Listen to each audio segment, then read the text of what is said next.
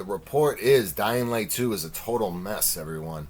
High turnover at Techland, and they're all in disagreement, too. They don't know what the hell's going on. This article's about, like, 2 months old.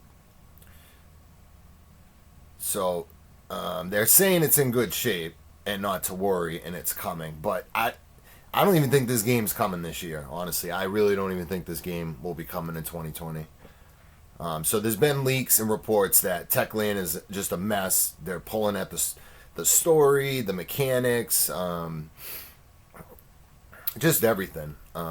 They basically don't know which way they're going. I've been watching, and I've been waiting for this game for a while. I've been a big fan ever since Dead Island came out, and then I love Dying Light.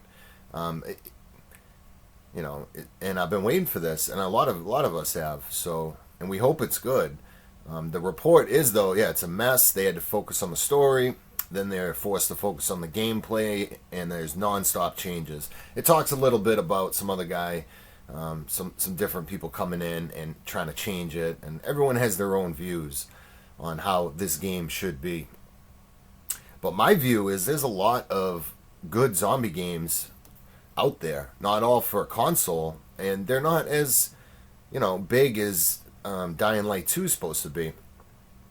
The Last of Us Part 2 right here, did really great, and that's more of a story-driven game. The other zombie games are maybe more focused on like a survival aspect. And, Dying Light, the first one, was never really a survival zombie game. I kind of wish it was.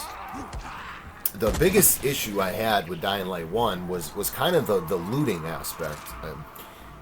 It didn't really reward you good enough going out and looting the world. So I loved the gameplay and the fighting and smashing zombies with different kinds of weapons and guns, and the environment is awesome. So I expect that from Dying Light 2. But I am curious on the story, because the story just kind of sucked on Dying Light 1, I'm not going to lie. And it wasn't really a survival zombie game, which is fine. It doesn't have to be. So, unfortunately, guys, it looks like Dying Light 2 is just being pulled and tugged in a few different directions. Maybe one too many people thinking too hard about this. It's really not that complicated to put together a good open world zombie game here. And unfortunately, I don't see this game coming this year. We got the new console, Xbox and PlayStation 5 coming out, and not all of us have PCs, and there's a lot more games for PC. And I just don't see this game coming this year. It sounds like they got a lot of things to work out. There's reports of Microsoft buying out Techland. Now they've denied that. I'm gonna keep trying to cover this game and discuss it a little bit, but it seems like most of the work has been done, and they're just trying to make some significant changes possibly to it. Maybe for the better, maybe for the worse. So I don't know.